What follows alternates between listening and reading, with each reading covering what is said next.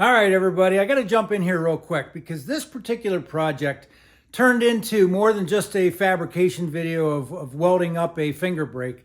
It actually turned into a challenge as far as how can I organize this thing? How can I make it better for myself? How can I actually help someone else if they have one of these, or if there's someone out there like yourself that might be interested? So this is going to be a two-part video because it started to get to be kind of long. And I didn't want to bore anybody with the fabrication and then move into the organization portion of it. And you might be asking, how in the world can you organize a finger brake? Well, I got some pretty good ideas that I'm absolutely really excited about that are going to work very well for me. So there's some ideas with this that you may want to see, you may want to pass on to some friends that you know that might have one of these, or just the thought process that goes into it. So I guess enough of there. Let's start on with the video. Today, I'm going to be going over the Swag Off-Road 20-ton heavy-duty finger brake. And I picked this kit up, and it's the kit that you actually have to weld together and fabricate yourself. Pretty simple to do, I believe, in my opinion, from what I've seen of it. I haven't put it together, so I don't know. But in addition to the kit, I also ordered the gooseneck dies, the hemming dies, and I got the extra 4-inch finger die. And that particular finger die is in addition to these here. So got that. And what I'd like to do is just put a quick video together on this. And I'd also like to see if, as I'm doing this, if there's an easier way or a better way to put this thing together. There's a ton of videos on YouTube about everybody that's put these together and how they did it. The instructions are pretty self-explanatory, pretty simple. And if you can't figure it out from there, well, you can look at it on different videos. But first, I need to go through and get everything all cleaned up where there's going to be weld. So I got to clean off and grind off any mill slag. Want to clean up the finger dies. Knock off any of the sharp corners from the laser cut that these have been done through. And these are how they laser them out of a piece of steel. So they get their absolute most they can out of one piece. And what you do with these is you cut off those little tabs that are in here. And you stack them up and weld however many you want together to give you widths within a 1/2 inch, because each one of these is a 1/2 inch thick. So you can start it out as your first piece being a 1/2 inch, then weld two together to get 1 inch, and so on. But I need to go through here and deburr all these and make them a little bit more finger friendly. All right, I've got all this stuff cleaned up, and these two pins get pressed into this hole and this hole, standing up this way. They are a press fit. They say you can hammer them in or you can use your press. And I'm going to go ahead and use my Central Machinery 20-ton shop press from Harbor Freight. Go ahead and press those in there. And they say not to press them all the way in because you've got to do a weld around the bottom side. So I'm going to use some good old-fashioned pennies just to space it up there a little bit. That way you can spot weld or weld around the outside underneath it. And I've got some of the other stuff cleaned up. But this particular beam portion of the press is what this gets welded onto to give you your angle. Got that all cleaned up, but need to get these in first, pressed in and then welded on. And then we move on to putting that piece of angle iron on this side of it. Goes down through here and all lined up. So we'll go ahead and get that taken care of.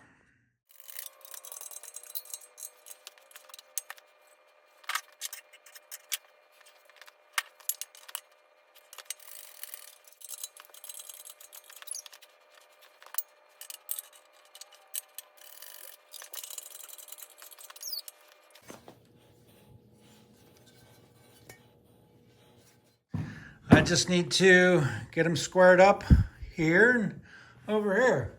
I'm not sure of an easy way to square it up this way here, but I can just put a square in and do it that way. And you can see that just by pressing it in, it is out of square.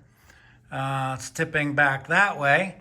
And I put my old toolmaker's vise on it, and you can see that there's a gap under there.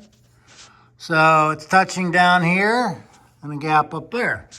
So that tells me that it is leaning towards us.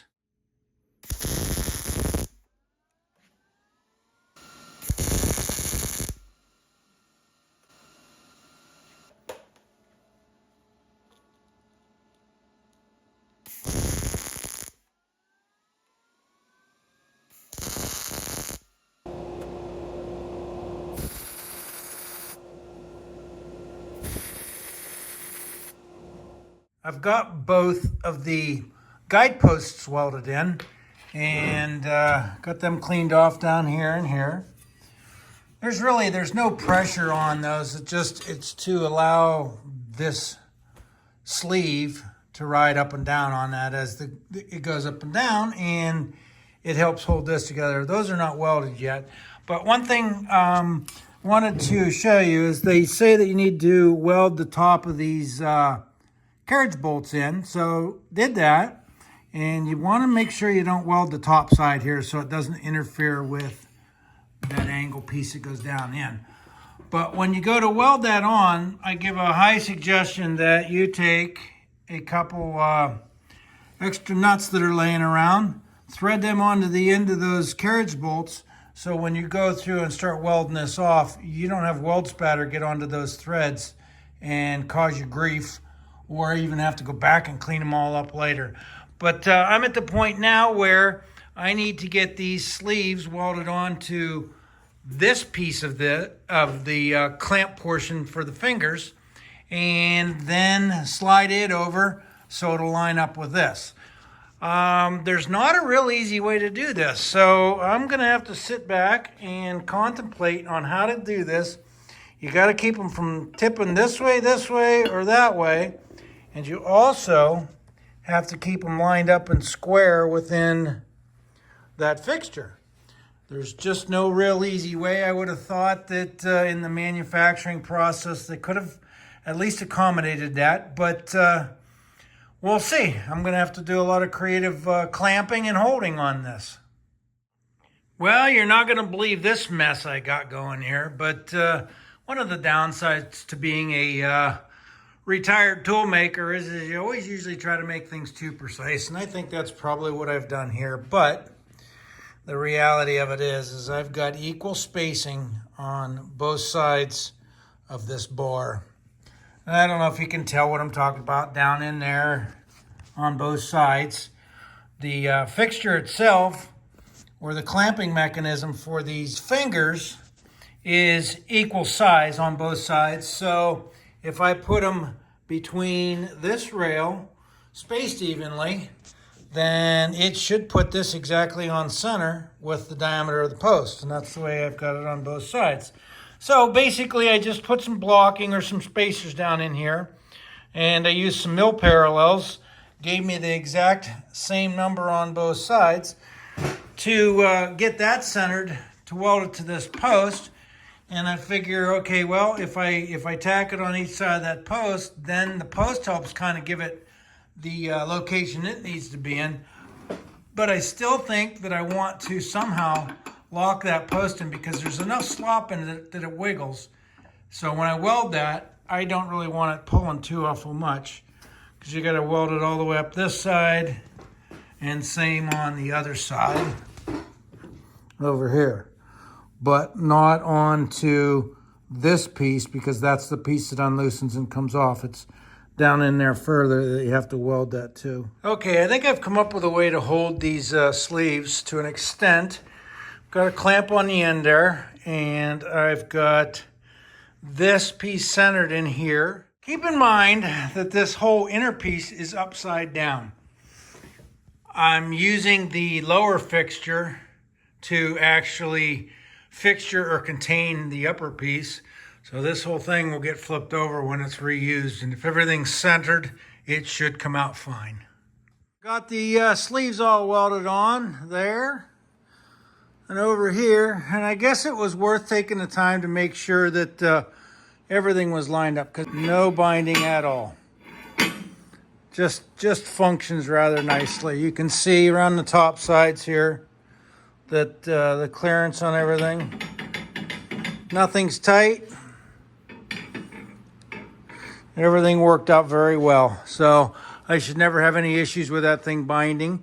And now that these are on, I'll need the uppers with the fingers in it to push down on the angle iron that goes in there, and that'll actually help locate the fingers to this while they're in the dowels there for through the sleeves. This is the piece of angle iron that goes in there, and it lays in on a 45-degree angle, and it has to be pretty evenly spaced on both sides, here and here. And right there, visually, it looks pretty good. And for all it really is, it really is just a visual.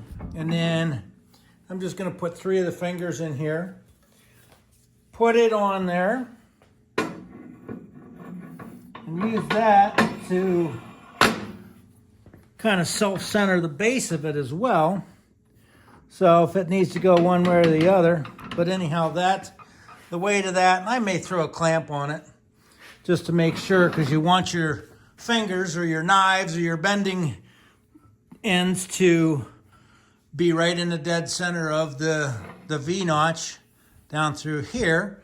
So use that to hold that into location, and then I just got to go through here and spot weld that off, and then do a complete weld after it's all tacked up.